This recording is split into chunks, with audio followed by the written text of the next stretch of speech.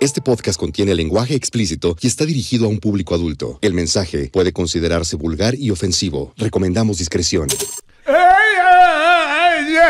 Ok, lo que quiere decir Eduardo es que el día de hoy vamos a hablar de uno de los temas más fascinantes a los cuales nos enfrentamos como especie, que es la aplicación de una tecnología que nosotros mismos inventamos, nosotros mismos desarrollamos y que podría ser súper beneficiosa o podría ser el fin de nuestra vida laboral y creativa. Eduardo está demostrando la estupidez natural que lo caracteriza. La estupidez es natural, es pura, brota de la madre naturaleza misma.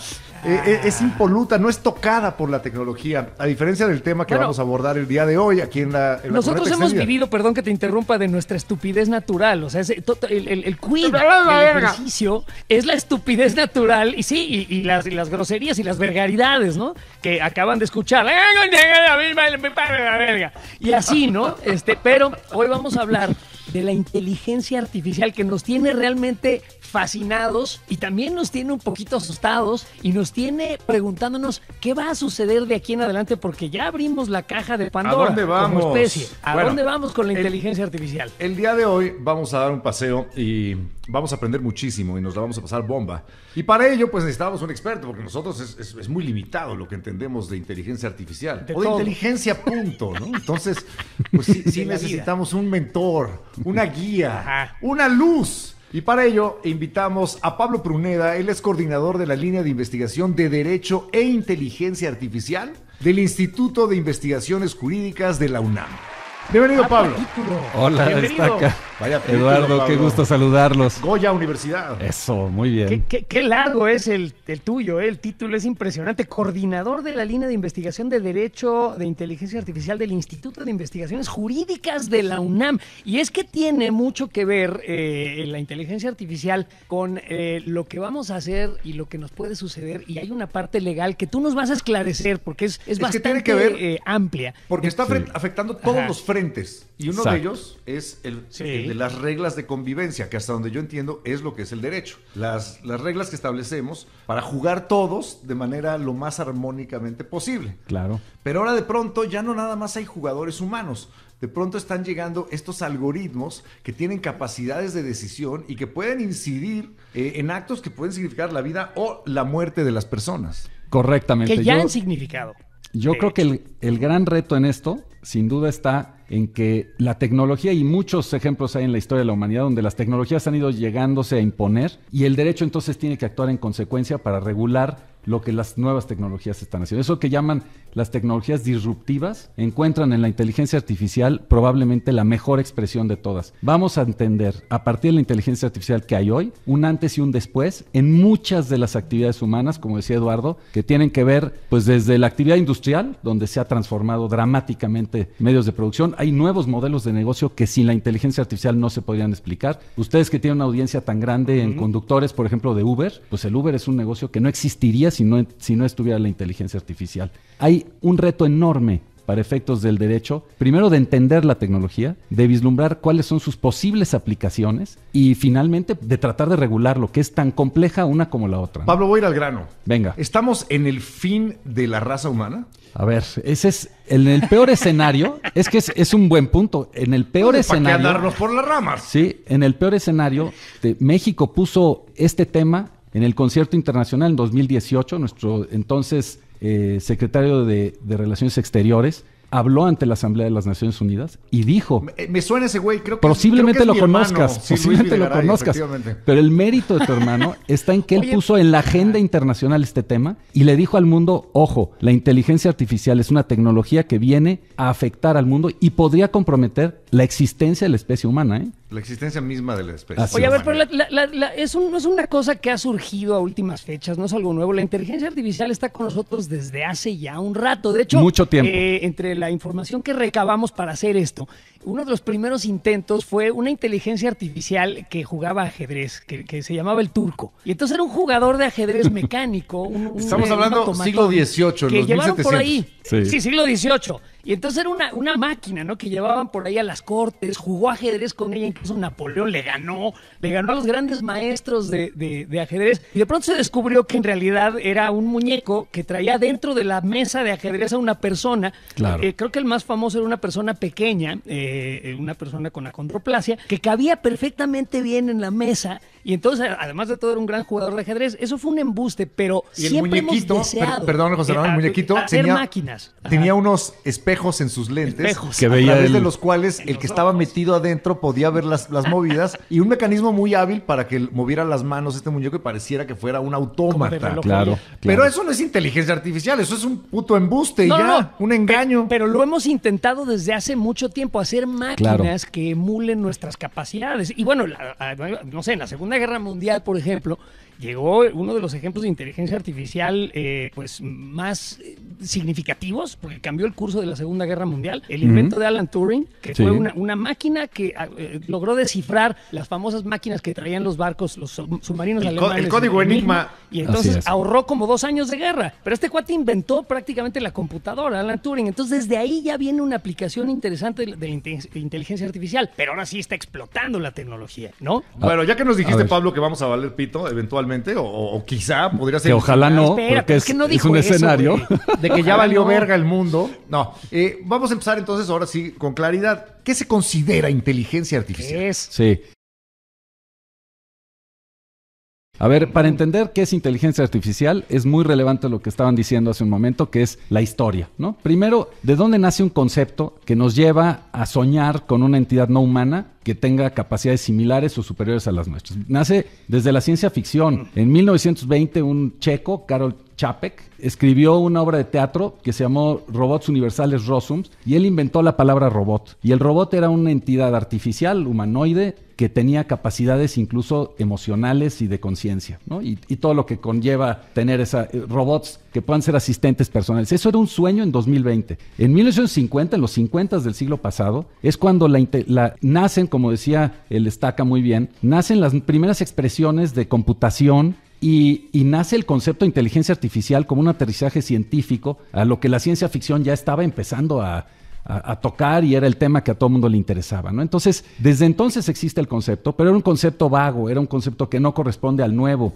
En realidad, a partir de la creación del Internet y con ello el acceso a los Big Data, a la enorme cantidad de datos, acuérdense ustedes que la inteligencia artificial es una entidad que se nutre de los datos. Entonces, el día que tenemos la capacidad de almacenar datos... Es un programa, un algoritmo que aprende. Que recibe datos en primera instancia... Asimila y procesa. Pero en primera instancia... La inteligencia artificial trabajaba con datos. Por ejemplo, ahorita que decían del ajedrez. En 1997 IBM saca su Deep Blue, que es una inteligencia artificial, pero que está alimentada por una cantidad de jugadas increíbles proporcionadas por expertos. Gente que sabía de ajedrez, en vez de estar adentro del muñequito, le cargan jugadas, millones de jugadas, y entonces esta entidad, que entonces era inteligencia artificial, le gana a Garry Kasparov, ¿no? El gran campeón del El gran momento. campeón, y nos desbancan y además, a la humanidad. Hay que anotar una cosa aquí, Pablo, que a la inteligencia artificial, al programa, a la máquina, no se le olvidan las cosas. O sea, no solamente tiene un gran acervo, como acabas de decir, tiene todas las jugadas y no se le olvidan. Ni una. Y no se cansa, y no le da sueño, y puede jugar 8 horas la partida de ajedrez y siguen las mismas condiciones que cuando 800. empezó. Entonces, ahí ya tiene una ventaja de proceso de datos, pero increíble, comparada con un ser humano. Y mira, para ilustrar esto, para entender qué es la nueva inteligencia artificial, lo que hoy entendemos con inteligencia artificial, el ejemplo del ajedrez es precioso.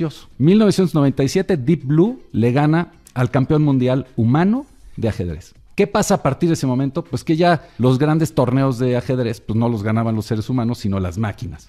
Y 20 años después, llega el campeón mundial, era una máquina que se llamaba Stockfish 9 o 7, no me acuerdo. Y Google, con una empresa de Google que se llama AlphaZero, genera un algoritmo que tenía capacidad de aprender. Y esa es la parte que decía Eduardo. Lo que hoy conocemos como Machine Learning es un algoritmo que aprende, que tiene capacidad El machine learning es aprendizaje automático, aprendizaje de máquina, ¿no? Es un algoritmo que crea algoritmos. Y ahí es donde nace lo que hoy entendemos como inteligencia artificial, que es... O sea, ya no es nada más lo que le alimenta una persona al programa, lo como que le alimenta la tecnología, exacto. sino que la tecnología misma busca, va encontrando Correcto. la información que necesita y la recaba solita. Sí. Déjame ver si entendí. Este algoritmo, cuando es un algoritmito bebé y nace, Sí. nace ahí en los Sí. códigos binarios, Sí. no sabe mucho de ajedrez, pero empieza a jugar partidas. Contra sí mismo. AlphaZero le ponen las reglas del ajedrez, empieza a jugar contra sí mismo 3 horas y se enfrenta a Stockfish 7, que era el campeón mundial. Y lo derrota. Se lo coge. Se lo derrota de una manera brutal. Le gana terriblemente, o sea, fácilmente lo avasalla. Sí, se lo coge, ¿cómo Sí, no? le gana con Ahí todas está. las de la ley.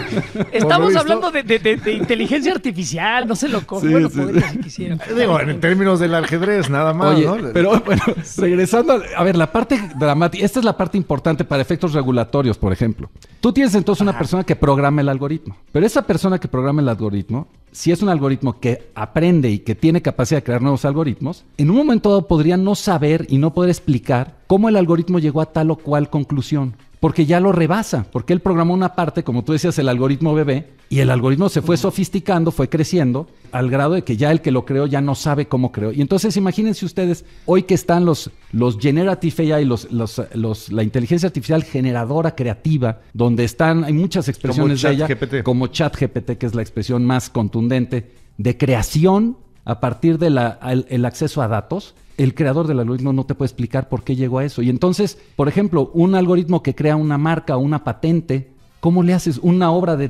literaria? ¿Quién es el titular de la obra? ¿El que creó el algoritmo? Posiblemente el que creó el algoritmo ni siquiera tiene capacidad de decir cómo es que la máquina llegó a generar eso. El que le dio las instrucciones, la empresa que lo vendió, en fin. ¿Quién pagó el desarrollo? ¿Quién pagó el La desarrollo? máquina misma, el programa mismo. A ver, Cuando es hablas que... de estas cosas creativas, estás hablando de, por ejemplo, algo que puede generar un texto, que a lo mejor Así analiza es. y lee y recaba Sí. 20,000 libros, ¿no? De un estilo X. ¿De ¿no? quién es el poetas derecho de del siglo autor? tal.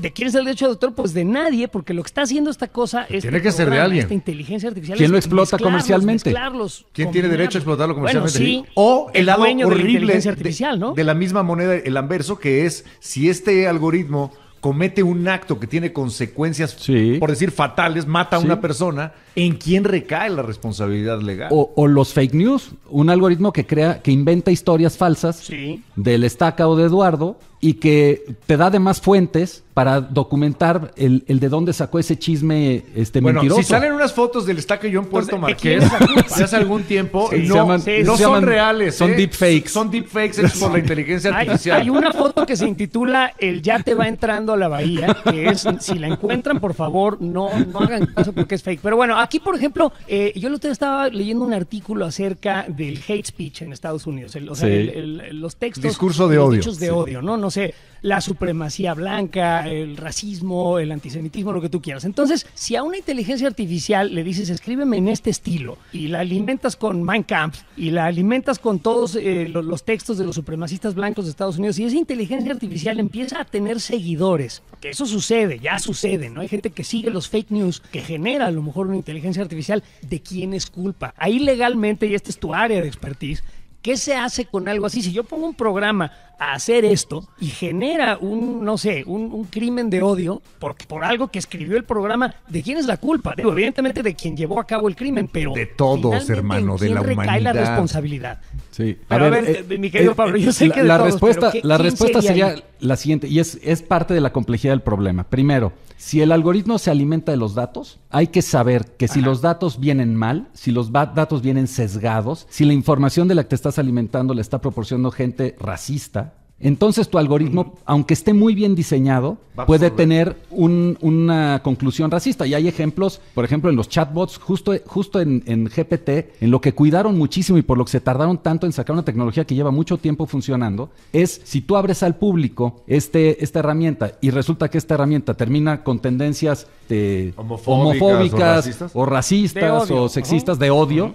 pues entonces tienes un problema como empresa. Y entonces metieron muchos mecanismos para enfrentar y para tratar de frenar frenar esto que hoy ya se llama, que son alucinaciones del chat GPT y que te pueden llevar solamente a significar un espejo amplificador de lo que los datos están conteniendo. De los sesgos que le imprime el humano. De los sesgos. La parte de los sesgos es el principal reto en la inteligencia artificial. ¿Cómo le haces para que los datos no vengan sesgados y entonces no sesguen al producto? Está el otro sesgo, que es el sesgo algorítmico. Si quien hace el algoritmo son puros hombres blancos de cierta edad y de cierta realidad social, pues probablemente en la composición de ese algoritmo hay una visión única que va a afectar al resultado. Y hoy las empresas que generan algoritmos están cuidando mucho tener una composición no solo multidisciplinaria para generar sus algoritmos, sino multiétnica, multicultural, para que la construcción del algoritmo sea una construcción universal y válida. Ese es el enorme reto. Ahora, desde la perspectiva del fake news y de los daños, ahí hay un tema muy complejo que tiene que ver, por ejemplo, con el uso de las redes sociales. Tú tienes algoritmos que están moderando contenido. Si tú quieres publicar una foto de pornografía infantil, el algoritmo la detecta y la baja de inmediato.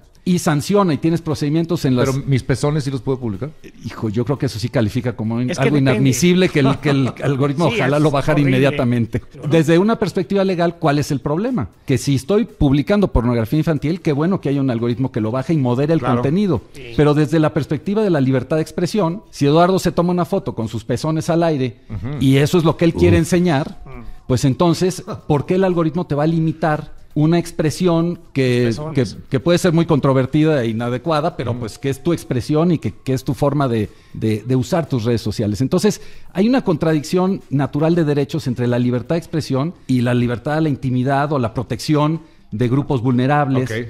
Entonces, ahí es donde entran los grandes retos para el derecho, porque por un lado no queremos redes sociales que abran todos los temas, que no tengan ningún filtro, porque entonces para combate contra el terrorismo, por ejemplo, pues alguien podría difundir noticias de cómo crear una bomba o cómo organizar a un grupo de extremistas para que ataquen, propaganda, ¿no? Etcétera. Propaganda y demás. Entonces, desde una perspectiva queremos limitar el contenido y desde otra perspectiva, pues no queremos que haya filtros que generan otros problemas. Cuando tú filtras el contenido y entonces a la gente le mandas lo que la gente quiere ver, que ese es el negocio de las redes sociales, ¿no? El attachment, el amarrar a la gente el mayor tiempo posible a la red social. Ese tipo de algoritmos lo que hacen es mandarte lo que tú quieres ver. Y entonces tienes grupos sociales cada vez más amplios que creen que la Tierra es plana, porque todo el tiempo están recibiendo información de gente que dice que la Tierra es plana. Y nos da risa porque es absurdo. Sin embargo, hay un grupo de gente... bien estúpida. Bien estúpida, que se llaman los Flat Earthers, que creen que la Tierra es plana y cada vez aportan más estupideces para reforzar su idea. Y los algoritmos de moderación de contenido lo que hacen es reforzar eso, porque si el algoritmo detecta que a la gente lo que le gusta es leer estupideces, pues entonces te va a alimentar con estupideces. Más. Y se van a generar grupos sociales que cada vez se van a confrontar más con otros, porque cada grupo social va a tener la convicción de que lo que piensa es exactamente lo correcto. Dame un segundito. Es que hay una cosa.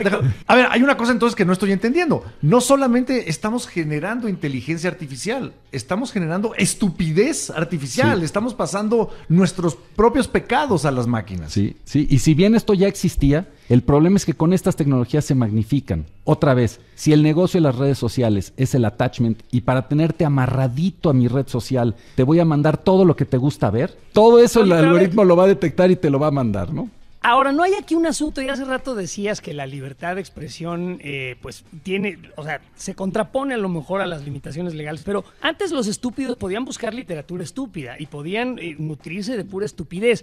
¿No crees que también el pretender regular, digo, ya que la información es libre para todos, habrá un gran grupo que quiera consumir estupideces y creerlas? Sí. También es una parte de libertad, ¿no? Entonces, el pretender regular homogéneamente todo, no es también una especie, ¿no te suena como a control de Big Brother? Totalmente. ¿El criterio de quién? Totalmente. Por eso, ¿y quién va a poner ese criterio? Justo ahí están las grandes discusiones en el tema jurídico, ¿no? O sea, si me obligas a tomar una postura, siempre estaré a favor de una postura de libertad frente a cualquier otra, ¿no? Pero el problema es que una postura de absoluta libertad sí tiene que estar limitada en temas muy concretos. Vuelvo al tema. Pornografía infantil, no hay controversia.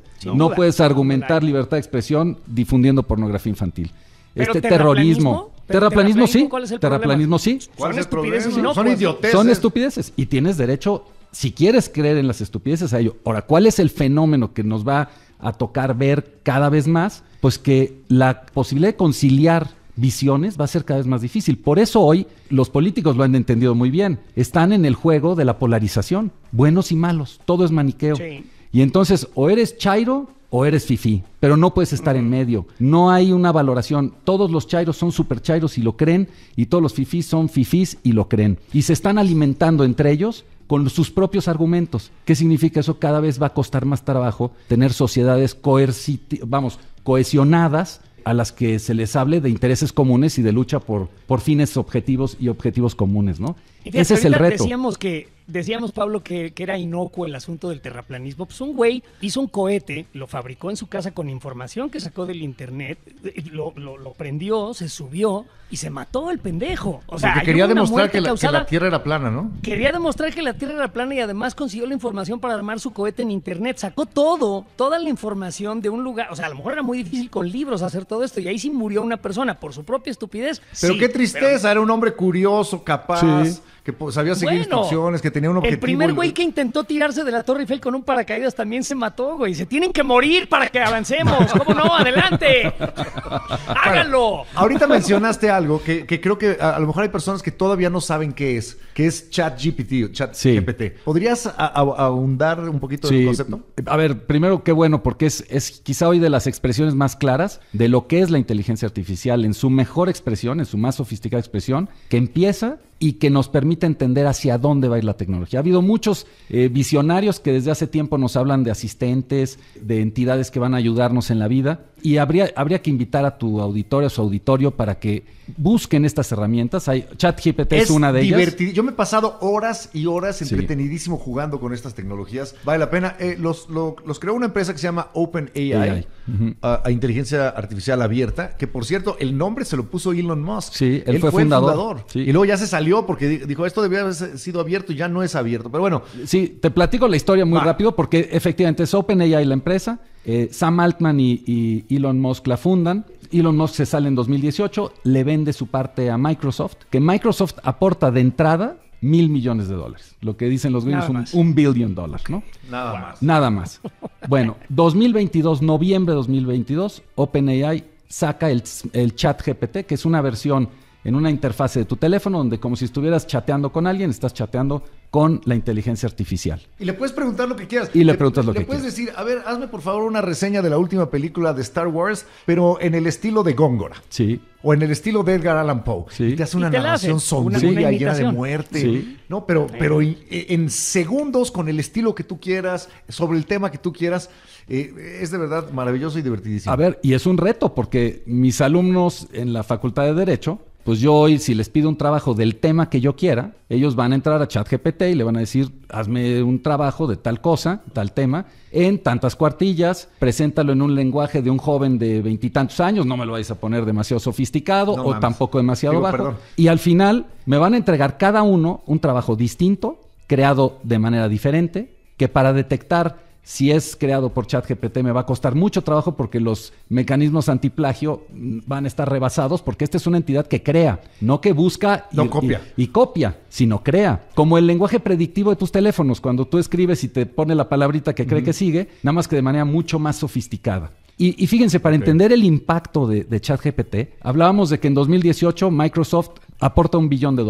En 2022, noviembre de 2022, sacan ChatGPT. En diciembre de 2022, un mes después, ChatGPT tenía 1 millón de usuarios. Al cabo de los meses, apenas hace poco, alcanzaron 100 millones de usuarios. 100 millones en un tiempo récord. Google había tenido el récord anterior. En un año lograron, cuando inventaron su gran buscador, en un año se tardaron para tener 100 millones de usuarios. ChatGPT en menos de un mes alcanzó casi los 100 millones de usuarios. Entonces ¿y qué hace Microsoft?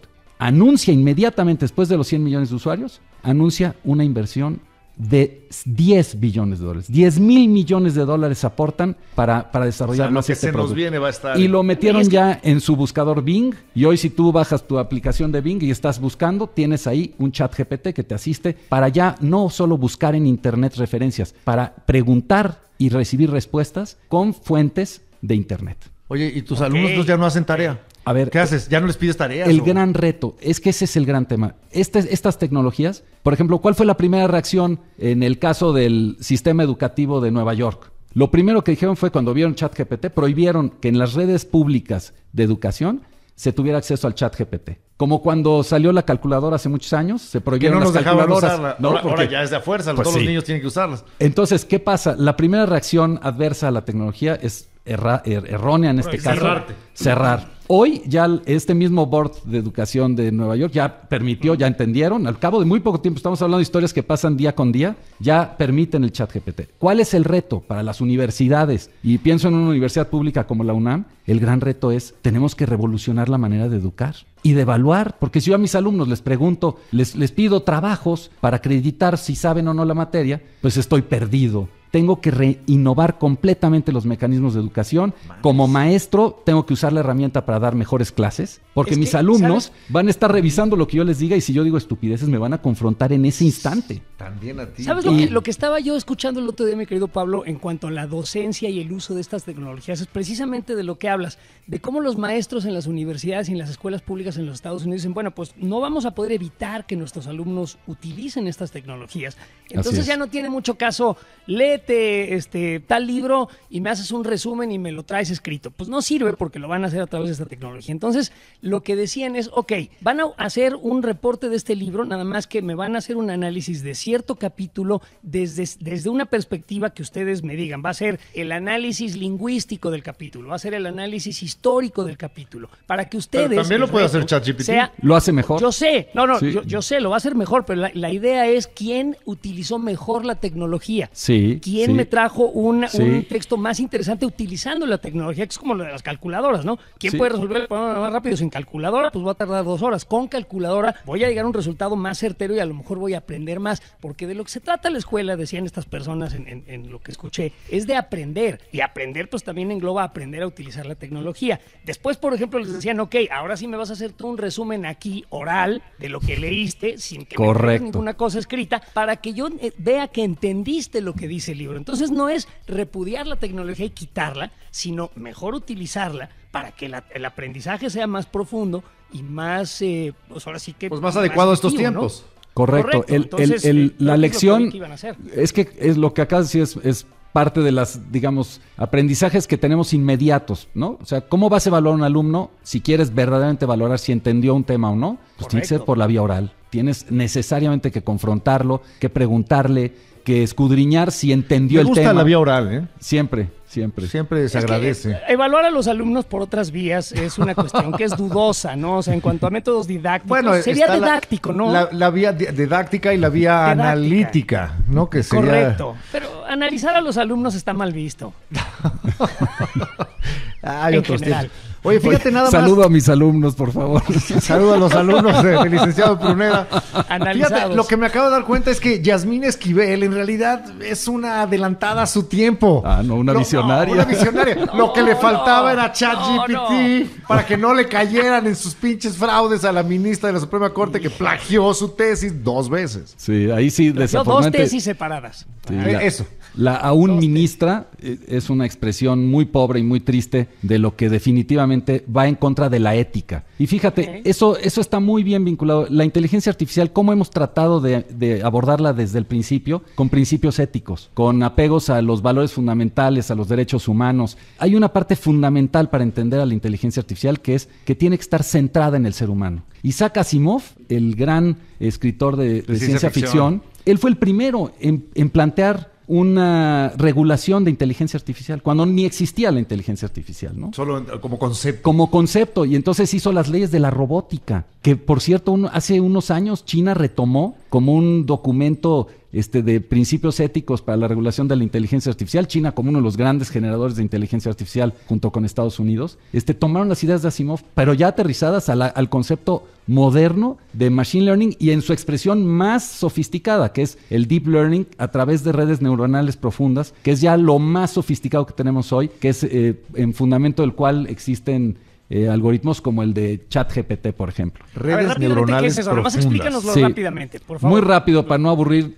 Las redes neuronales profundas son parte del machine learning, es la sofisticación del machine learning, que están entendidos en el lenguaje profundo, Deep Learning, y que funcionan en capas. Como funciona es similar a cómo funcionan las neuronas cerebrales, que no son lineales, que tienen análisis en capas y que tienen capacidad de interconectar las capas. Es una explicación muy simplista, pero pues soy abogado. Finalmente los grandes expertos en el tema lo pueden explicar de mejor manera. No, pero quedó claro, es un modo de procesar información más semejante al cerebro humano. Están equiparando el cerebro humano. Oye, tengo una pregunta. Hace algunos años, muchos años, Alan Turing, a quien mencionaba el Estaca, diseñó lo que se llama la prueba Turing, Turing Test, que permite determinar si estás hablando con una verdadera inteligencia artificial. Y él lo hizo a nivel conceptual. Era, si tú estás comunicándote a través de, por decir, una pantalla con un bot, ¿puede un bot engañarte y hacerte pensar que estás hablando con un humano? Sí. Y todo el mundo decía, bueno, esa prueba nunca va a ser superada porque las máquinas no van a poder entender sofisticaciones humanas como el sentido del humor, el doble sentido, la ironía, y hasta este momento, hasta donde yo tengo entendido, ninguna máquina, por inteligente y sofisticada y deep learning que tenga, no ha logrado pasar la prueba de Turing.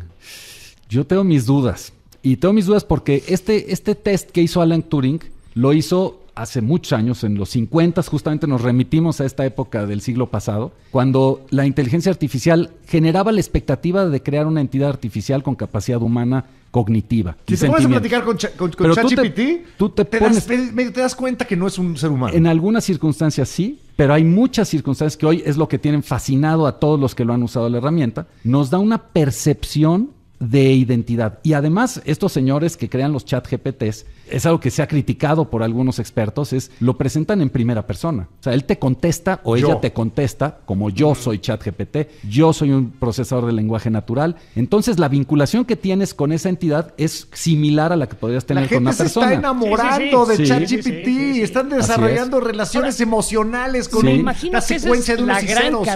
Esa es la gran carrera ahorita, estoy seguro, entre los desarrolladores de la inteligencia artificial, en algún momento tengo que llegar al punto en el cual mi inteligencia artificial sea indistinguible, o sea, absolutamente no diferenciable de un ser humano. O sea, eso me imagino que si no lo han logrado ya, o a lo mejor no nos han dicho que no han logrado, sí, están a nada, tiene que ser. El gran negocio de Google es la venta de espacios publicitarios a partir de la cantidad de búsquedas que la gente hace en su sistema. Si tú tienes hoy un sistema que ya no te da búsquedas, que no te da referencias, que no te hace perder horas enteras revisando páginas de internet para ver en dónde está lo que estás buscando, si no tienes un algoritmo que te está dando la respuesta y le pides las fuentes y te las remite, pues entonces, ¿qué pasa con Google? Hoy Google está muy preocupado porque este producto de OpenAI, que es de Microsoft, pues está generando un desbancamiento en la forma de hacer búsquedas en internet y de interactuar con la inteligencia artificial. El final de Google. Y la gente va a dejar de hacer las búsquedas ellos mismos o ellas mismas o ellos mismos, pues. La gente quiere un algoritmo, güey, quiere un algoritmo que te lo dé rápido, porque acuérdense que aquí estamos en la satisfacción inmediata, ¿no? O sea, la eficiencia también. Y la eficiencia también. Entonces Google ahí, pues evidentemente están preocupados. Claro que están preocupados si hay una inteligencia artificial que te va a dar lo que quieres. Ellos están haciendo su propia inteligencia artificial. O sea, Google tiene un programa que se llama Bard, que es la respuesta de ChatGPT, ¿no? Nada más que el problema que tuvieron es que cuando presentaron a Bard, muy presionados por la inercia esta de los 100 millones de usuarios, que hoy ya deben de ser muchos cientos de millones de usuarios, le hicieron una pregunta, que si el Observatorio Internacional, ¿cuál era el primero que generó imágenes de la Tierra fuera de la Tierra? Alguna cosa así. Y la respuesta fue fallida. ¿Qué pasó? Perdieron ese día, por esa presentación fallida, cientos de miles de millones de dólares en valor de acciones. Y fue una locura. Sopas. Entonces, ¿hoy qué pasa? Que sí, las empresas están en una guerra encarnizada. ¿Qué oso? Cualquier movimiento en falso. ¡Qué oso, güey! ¡Qué oso! ¡Qué oso! ¡Qué osazo de Google, güey! Eso sí es oso, güey, no los de Samuel. Osasasazo. Oye, Pablo, y hablando de decisiones, ¿qué decisiones debemos de tomar los humanos jóvenes, por ejemplo, a la hora de escoger una carrera? Porque por lo que estoy escuchando, hay un montón de gente que se va a quedar sin empleo. Tú y yo ya valimos pito, güey. Inteligencia artificial. Entonces, por ejemplo, nosotros, ahorita vamos a nuestro caso específico, pero ¿cuáles son las personas que deberían de pensar bien si quieren estudiar una carrera como, no sé, matemática? O sea, enfrentándonos a la inteligencia artificial, que seguramente puede procesar no sé cuántas fórmulas por segundo, hacer comprobaciones, hacer ¿Quiénes están más en riesgo? Caminos que no funcionan. ¿Quiénes están ya bajo el hacha de perder la chamba? A ver, Mark Tesmark, en uno de sus libros, que es un estudioso, un físico del MIT, lo propone de la siguiente manera. Estamos en una isla en la cual hay una montaña en el centro y una playa, por supuesto. El nivel del agua empieza a subir. El nivel del agua es la inteligencia artificial. ¿Quiénes están en la playa? Esa es la pregunta. ¿O quiénes están en la cima de la montaña? Al final el agua va a cubrir la isla. En la cima de la montaña te puedo decir, por ejemplo, está gente que tiene que hacer labor física puramente, jardineros, gente que hace limpieza. ¿No? ¿Me equivoco? Bueno, pero también están los robots. Depende. Es que los robots...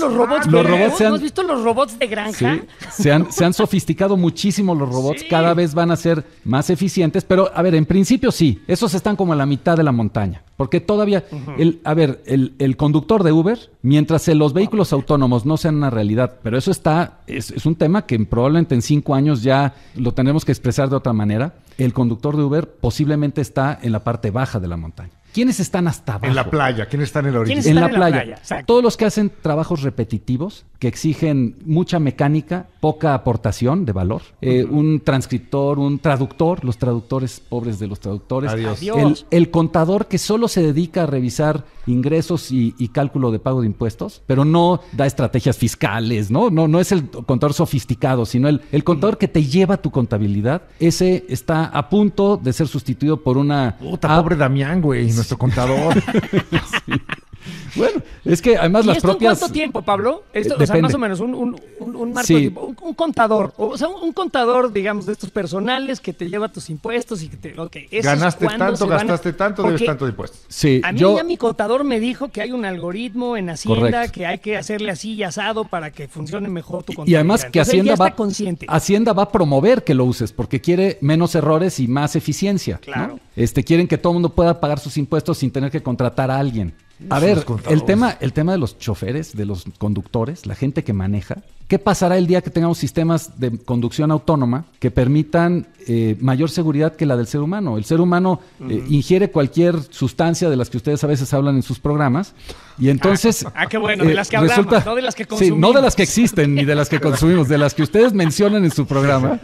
Ese tipo de gente o estornuda y entonces cierra los ojos y en ese momento de cerrar los ojos puede generarse un accidente, ¿no? O sea, la falibilidad humana es enorme. ¿Qué va a pasar el día que tengamos mecanismos que nos den mayor seguridad? Pues los propios gobiernos van a prohibirle a los infalibles seres humanos que manejen. Los gobiernos van a decir, no, ya prohibido, puros vehículos autónomos, porque si no... Es más seguro. Es mucho más seguro, no tengo que hacer programas de alcoholímetros, no tengo que estar cuidando a la gente de sí misma y evitando grandes tragedias. Pablo. Y eficientando. Estaba yo también viendo un asunto de cómo eficientarían, por ejemplo, las carreteras, velocidades, distancias entre vehículos, no sé, la utilización de los altos ya no sería necesario. Habría un sistema automatizado en donde pasa uno y luego pasa el otro y eficientarías incluso el uso de combustibles. O sea, hay una gran ventaja en automatizar nuestros sistemas, no hay duda. Ahora, de que se va a quedar un montón de gente sin chamba, se va a quedar un montón de gente sin chamba. Sí. Y esa es la historia de la humanidad. Esto pasó en la revolución industrial de alguna otra manera. Ayudó mucho a la humanidad, pero jodió a una generación que se quedó desempleada y sin nada, sin conocimiento. ¿Qué es lo que decíamos al principio del programa, ¿no? Que el derecho va atrás de las innovaciones tecnológicas y las innovaciones tecnológicas están cambiando el paradigma completamente de los factores de producción. Ahora, ¿cuál es la expectativa, digamos, no tan pesimista? La expectativa optimista es si logramos generar una regulación que aproveche la enorme riqueza que va a generar la implementación de estas tecnologías, porque claramente se van a poder hacer más cosas a menor costo y eso va a generar ganancias fenomenales y hay grandes consultoras que están hasta haciendo prospectiva de qué tantas ganancias se van a generar con la implementación paulatina de la inteligencia artificial. Los estados en qué deberían de estar centrando sus esfuerzos en cachar estos incrementos a la riqueza para generar recursos públicos que eventualmente nos permitan soñar con una pensión universal. Eres ser humano, tienes derecho a tanto por tu pensión, sin trabajar. ¿Por qué? Porque tienes una inteligencia que está sustituyendo las labores de los seres humanos. Esa sería una expectativa. Imagínense un mundo... El sueño de un gobierno como el nuestro sería tener esa inteligencia artificial y poder regalar dinero si votas por mí. Sería una chingonería en las manos equivocadas. Correcto. Eso sería una fregonería populista horrible. Pero ya no va a ser una cuestión populista, va a ser una necesidad porque va a haber tanta gente desempleada. El desempleo, claro. Pero al mismo tiempo se va a estar generando tanta riqueza. Exacto. Porque, por ejemplo, lo que decías hace rato, la inteligencia artificial analiza Big Data. Sí. Información así a volúmenes bestiales. En cuanto a información financiera y análisis de mercados, alguien que tenga un algoritmo así de capaz puede ganar muchísimo dinero en la bolsa de valores, por ejemplo. Pero muchísimo más que cualquier humano. Si en algún área se ha desarrollado la inteligencia artificial, es en el sistema financiero. Hoy ya casi todos los portafolios de inversión se rigen por recomendaciones algorítmicas, porque claramente lo que tú dices, ningún ser humano tiene la capacidad de percibir tantas cosas y generar prospectivas estadísticas como lo hace la inteligencia artificial. Ni siquiera el oráculo de Omaha, nadie. Ni el oráculo. Ni Warren Buffett. No, nadie. Warren Buffett. Oye, y a ver, yo sigo interesado en quiénes están en la playa. ¿Quiénes en estos segundos? ¿Diseñadores? El agua al cuello. ¿Quién más se lo va a llevar? Mira, ¿diseñadores de páginas web, por ejemplo? Es que es interesante, sí, el diseñador gráfico que parecía que estaba muerto, resulta que si tiene ciertas cualidades de percepción, de sensibilidad, puede encontrar en la inteligencia artificial una herramienta. Mira, me viene a la mente un caso que leí hace poco. Zara, la empresa esta de española de ropa, diseñó, no solo contrató, sino diseñó un algoritmo que tiene la capacidad de revisar, por ejemplo, en los influencers que publican fotos en redes sociales, está analizando cómo se visten los influencers. Y hace un análisis de la ropa, de los colores, del tipo de vestuario que están usando y genera tendencias de la moda. O sea, lo que antes era un iluminado, ¿no? El gran diseñador que tenía una sensibilidad extraordinaria. No, hoy vienen los tonos ocre y vamos a hacer una producción de puros tonos ocre. Hoy ese gran diseñador lo que hace es revisar el algoritmo y el algoritmo dice, no, qué tonos ocre ni qué 8 cuartos. Aquí vienen los azules y en pantalones cortos o pegados o flojos o lo que sea. Y combinados de esta manera. Y combinados de esta manera. Y entonces se están usando algoritmos para diseñar tendencias, para detectar tendencias y diseñar ropa. Pero ahí beneficia el mejor diseñador, Pablo, porque el mejor diseñador será el que use la herramienta. Dice lo que le dé la herramienta y diga, pero yo le voy a poner a la bufanda unos pelitos aquí que se va a poner no sé qué modelo. Pero eso ya es como premio de consolación, güey. Al rato ya ni siquiera va a ser necesario ese güey. La pura máquina lo va a hacer mejor que ese güey. Ahí está el tema. Cuando yo empecé a estudiar arquitectura, pues yo todavía tiraba planos en un respirador, pues.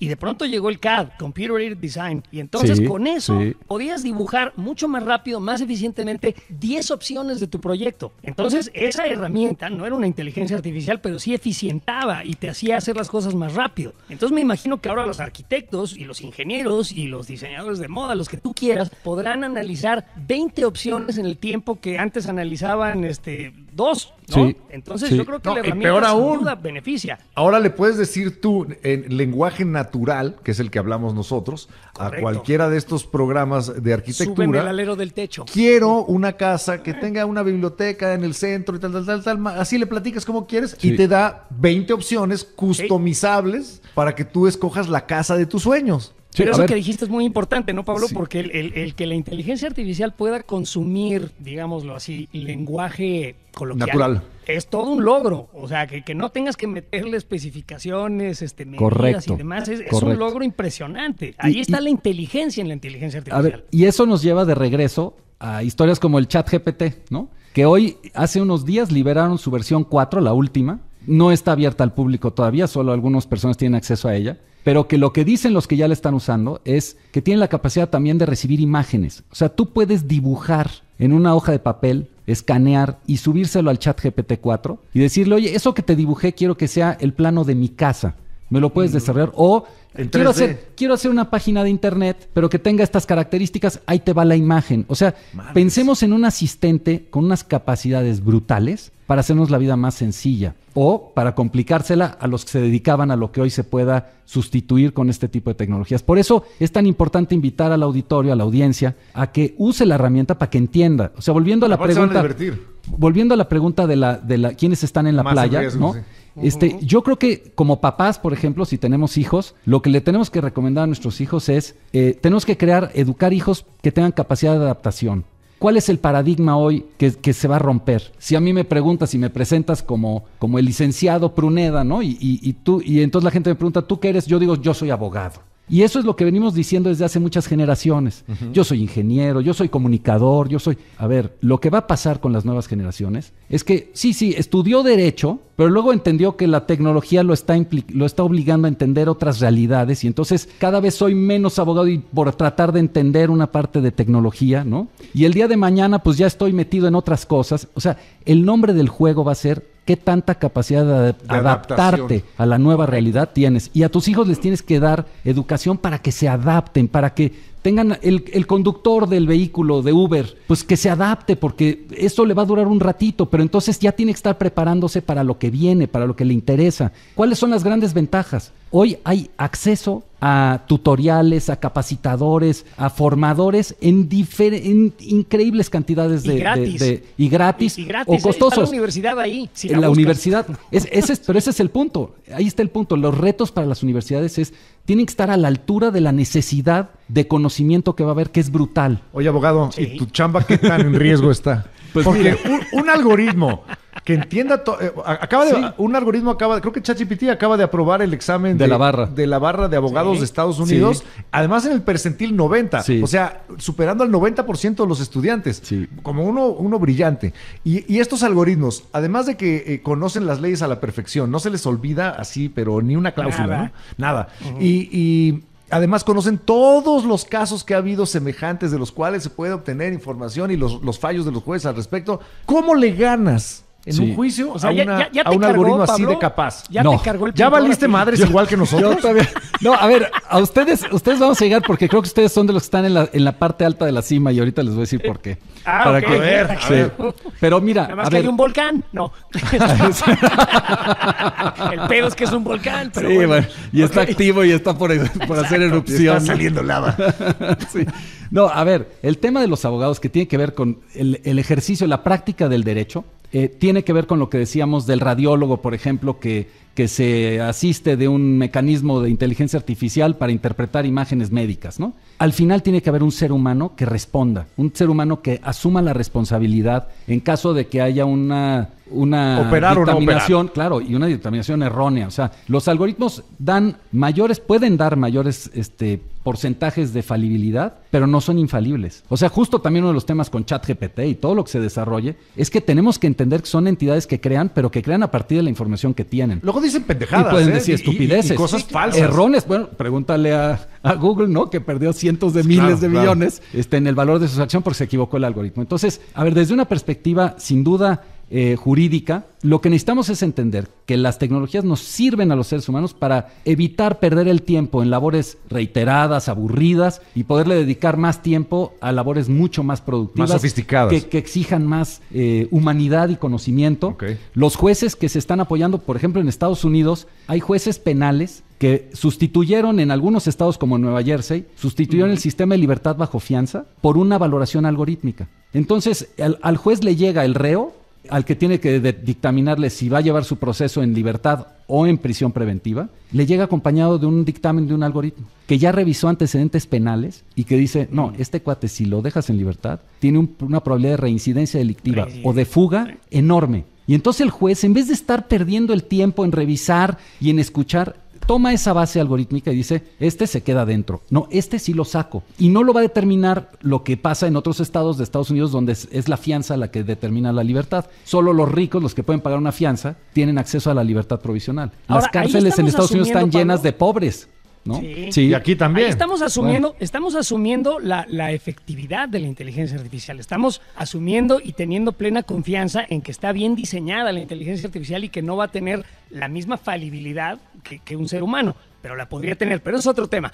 Hablando, por ejemplo, de los empleos, hace rato estábamos leyendo, Eduardo y yo, que hay un CEO en una compañía en China, una compañía que vale $9,000 millones, creo, y que el ejecutivo más alto, el Chief Executive Officer, el tomador de decisiones, es un algoritmo, es una inteligencia artificial, no es una persona y se llama Yu Wang o una cosa así, es una mujer, supuestamente, exacto, Wang Yu, y es la que toma, o es lo que toma las decisiones de una gran corporación, y al parecer los resultados son positivos, y al parecer lleva años la empresa creciendo constantemente a partir de las decisiones de una inteligencia artificial. Entonces, incluso los trabajos más complejos, como eso de tomar como ejecutivo las de decisiones una empresa, gran corporación, ¿se pueden realizar a través de una inteligencia artificial? Sí, nada más hay que tener muchísimo cuidado con esas informaciones, digamos, por lo siguiente, porque parafrasear así la nota, que es lo que hace que trascienda a nivel internacional, ¿no? Nosotros tenemos un CEO que es una entidad artificial.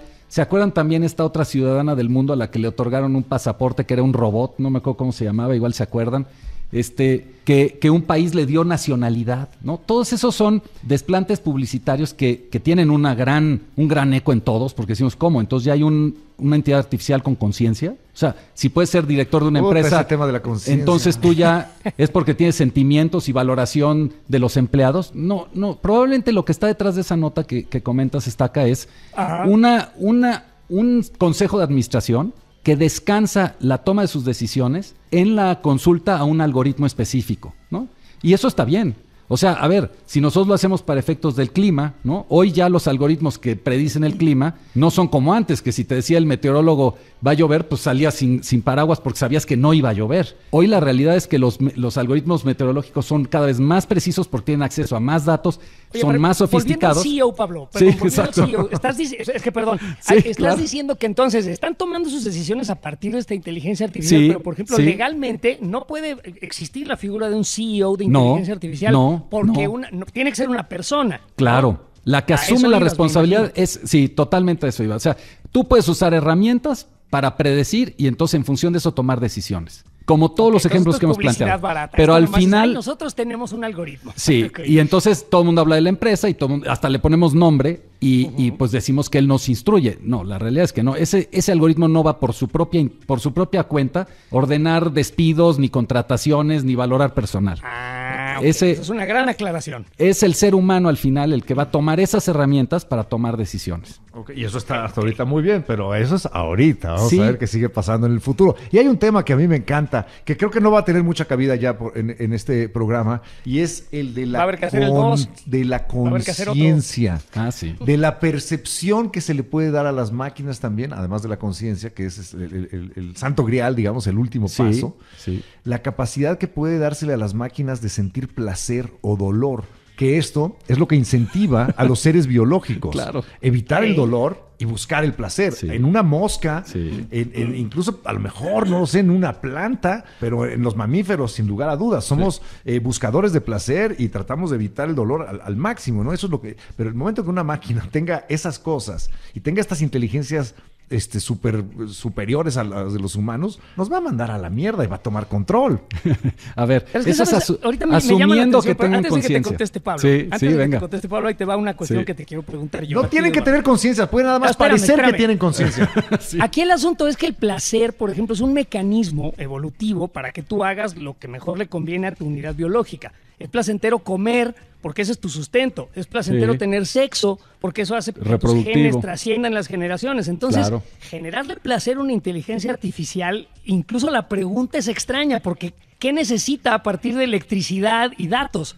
¿No? Entonces, y ahora sí, Pablo, ¿cómo vamos a hacer eso? ¿Cómo vamos a hacer ¿qué puede llegar a necesitar carne humana?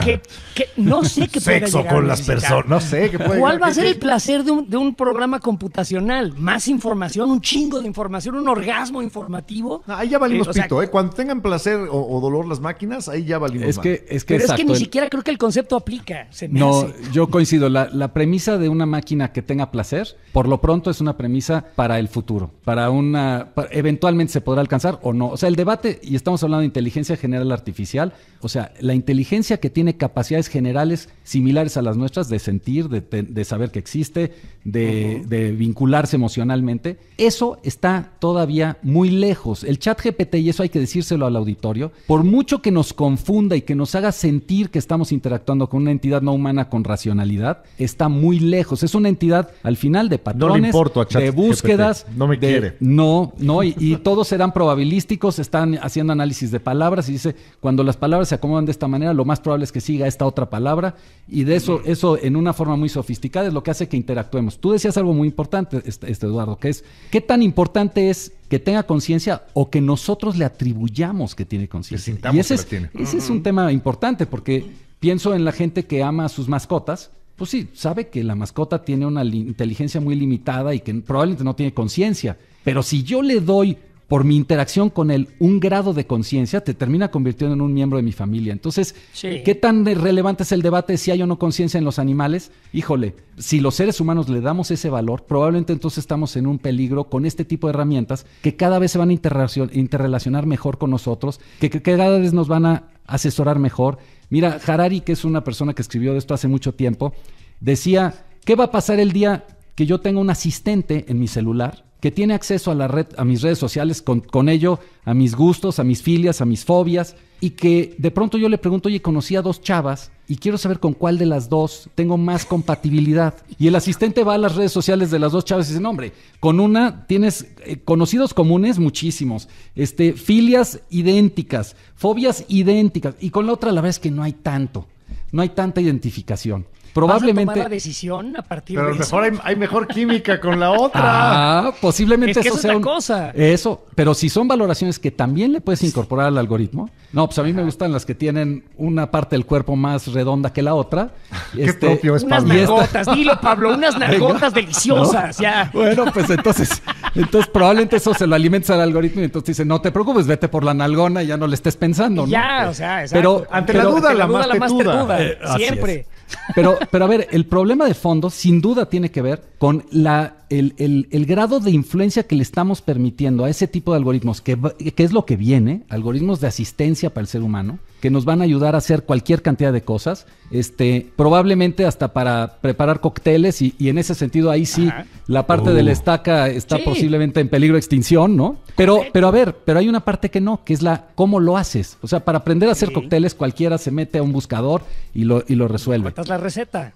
Y que eso me lleva ya a la parte final, digamos, de la pregunta de ustedes. ¿Por qué creo que el trabajo de ustedes dos es de los que está en la parte alta de la montaña? Porque implica la parte que la inteligencia artificial todavía no tiene ni de lejos, que es la creatividad humorística. O sea, el chat GPT, pídanles que le cuente un chiste y te cuenta el peor chiste. Gastados viejos. Claro, y no entiende. El niño chiquito. Claro. Sí, malísimo. El doble sentido es una sofisticación de la inteligencia humana. La parte de las emociones. Ustedes generan emociones en su auditorio que hace que cuando salen a la calle la gente los quiera abrazar porque siente una vinculación con ustedes. Sobre todo José Ramón. Sobre todo. Sí, no lo hagan. Pero esa vinculación es algo que ustedes han desarrollado, que han explotado, que han podido vivir de ello y que a la gente la tiene fascinada y por eso los escucha. Eso, por ejemplo, la actividad de un psicólogo, de una enfermera. Las relaciones públicas. Todos esos están en un nivel donde el ser humano necesariamente, al ser una entidad social, necesita interrelacionarse y los que nos resuelvan eso, una tanatóloga, tiene mucho que decirnos porque el miedo a la muerte sigue siendo un miedo que la máquina no lo entiende. La máquina no entiende. No son conceptos que tenga y que pueda aportar. Entonces, lo que es un hecho es, las máquinas hoy no tienen conciencia y todo lo que sea la actividad humana consciente y derivado de esa actividad humana consciente, todo lo que se pueda desarrollar, tendrá cabida en el futuro próximo y lejano como actividad humana válida. Yo quiero pensar en 3 generaciones o 4 y a las velocidades a las que avanza nuestra tecnología, estoy seguro de que en algún momento, y lástima, no lo voy a ver, en algún momento se va a llegar hasta ahí, Pablo, pero por el momento, muchachos, muchachas, estamos seguros, al parecer. Algunos de nosotros, pero hay un elemento nada más con el que yo quisiera cerrar ya esta interesantísima conversación, de verdad, Pablo, muchísimas gracias. Hay que hacer el 2, quiero hacer otro. Que es la singularidad. Sí. ¿Puedes ahondar un poquito en ello? Sí, justo la singularidad es esto que algunos, incluso gente seria, expertos conocedores, vaticinan como algo que se va a alcanzar, que es la inteligencia con conciencia. La singularidad es el equivalente a la inteligencia general artificial de la que hablábamos hace rato. Y algunas derivaciones de la singularidad, como hay un físico sueco, Nick Bostrom, que hizo un planteamiento donde dice, el día que alcancemos que una entidad artificial tenga nuestra capacidad intelectual y cognitiva y de sentimientos, en ese momento, por su gran capacidad, se va a replicar y a potencializar al grado que se va a convertir en una superinteligencia a la que le quedamos de pronto ya muy cortos. La ciencia ficción ha dado mucho ese tipo. En el que ya no podemos predecir qué va a ser la inteligencia artificial porque va a ser superior a la humana. Y entonces ya la superinteligencia que se deriva de nosotros, pues nos va a querer como nosotros queremos a nuestras mascotas, ¿no? Madre. Ay, no entiende, pero pues lo voy a tener ahí bien cuidadito. Además, Pablo vengo de ahí, ¿no? Una frase muy interesante que decía: el hombre crea a Dios, después el hombre destruye a Dios, el hombre recrea a Dios. Y en esta singularidad habremos recreado o habremos creado una inteligencia tantísimo más potente que la nuestra, que será en efecto una especie de deidad. Dios, porque claro. va a saber todo. Entonces, Eso, lo creamos, lo matamos y lo volvimos a crear. Sí, ahora, o lo volveremos a crear. Eso en el supuesto, y esto es importantísimo decirlo, en el supuesto de que se alcance la singularidad. Porque en esto hay varias corrientes. Hay gente que piensa que sí, se va a alcanzar pronto, ¿no? En 20 años. Hay quienes se han atrevido a decir, no, pues por ahí de los 2030, 40 ya vamos a tener singularidad. Con ChatGPT, bueno, Sam Altman, uno de los fundadores y CEO de OpenAI, se subió al tren para decir, oigan, ya sacamos ChatGPT, ya vieron de lo que somos capaces, la singularidad está a la vuelta de la esquina. Hay que empezar a regularla. O sea, incluso a eso se atrevió a decirlo. A ver, hay muchos que dicen, no, esto es imposible. ¿Cómo se nutre la inteligencia y las emociones de un ser humano? A partir de sus experiencias vivenciales. O sea, no hay forma en la que tú alimentes un algoritmo y le des experiencias vivenciales que le generen emociones. Mientras eso sea una realidad, nunca vamos a alcanzar la singularidad. Hay muchos postulados serios a favor y en contra. Yo, la verdad es que no sé por cuál pronunciarme. Yo lo único que digo es, sí veo que en expresiones como esta última de ChatGPT, estamos más cerca de tener una interacción real con una entidad, y me voy más a lo que tú decías, Eduardo, que tiene que ver con mi vinculación frente a mis necesidades emocionales con una entidad que, aunque sé que no tiene conciencia, me resuelve una parte de lo que yo necesito. Y esa parte, posiblemente no necesitamos que sea consciente para que ya tenga una relevancia muy importante en nuestras vidas. Efectivamente. Y empiece a tomar control de nuestras decisiones, ¿no? Es que tú hablas de las vivencias que forman al ser humano, digo, nomás para cerrar, y en Sí. dónde vive la inteligencia artificial. Pues vive en ceros y unos, vive en un stream Correcto, de información. correcto. Entonces, no tiene vivencias. Es muy No las distinta a tiene. nosotros, por lo cual a lo mejor en efecto la singularidad no se alcanza. Pero qué buena plática. E insisto, yo quiero hacer más de estos después, porque estuvo Es muy que bueno. sí, se y el quedaron tiempo- muchas cosas en el tintero. Sí, pero hay que hacer dos. Hasta aquí llegamos hoy, mi querido Pablo. Muchísimas Al gracias. de contrario, verdad, por gracias a dedicarnos ustedes. un poquito de tu valiosísimo tiempo, que sé que es muy limitado el tiempo que tienes para perderlo en tonterías como este programa. De verdad se agradece. Te agradecemos muchísimo. Él es Pablo Pruneda, coordinador de la línea de investigación de Derecho e Inteligencia Artificial del Instituto de Investigaciones Jurídicas de la UNAM. Lidia para los cuates. Lidia. Y próximamente ese trabajo lo tendrá una máquina. Pero bueno, Pablo, gracias por venir. De verdad. Gracias a suerte, ustedes. Y de verdad, como te dice Eduardo, sabemos lo valioso que es tu tiempo y que tienes cosas importantes que hacer, pero te agradecemos por venir a jugar aquí a la Corneta Extendida. Gracias. Un Gracias, abrazo a Pablo. ustedes y a su auditorio. Gracias. Oye, ¿cuánto faltará para que tengamos un nuevo digital, güey? El nuevo digital. Que no se mucho. queje, así, que no Es cobre, fácil, ni sí, nada. que no nos quieren cajuelar. Exacto. Sobre todo eso, con un picayero en un riñón. Esperemos que eso no suceda. Gracias, nuevo. Y bueno, ahí se lo lavan. Sí, por favor, pero se lo lavan bien, con inteligencia. Ya valieron pito, ja, ja, ja, ja, ja, ja. La Corneta Extendida. Totalmente extendida para llenarte de placer informativo. Deja que se descargue en tu aparato nuestro elixir auditivo. Si tu vicio ya era la corneta extendida, será tu perdición. Entrégate al libertinaje conceptual y refocílate en nuestra posilga digital. Cada semana el tema más duro, Y el más actual que nos dé la gana abordar. sin censura, Sin tapujos. sin vergüenza. Cada martes te entra uno nuevo. Un nuevo episodio de La Corneta Extendida.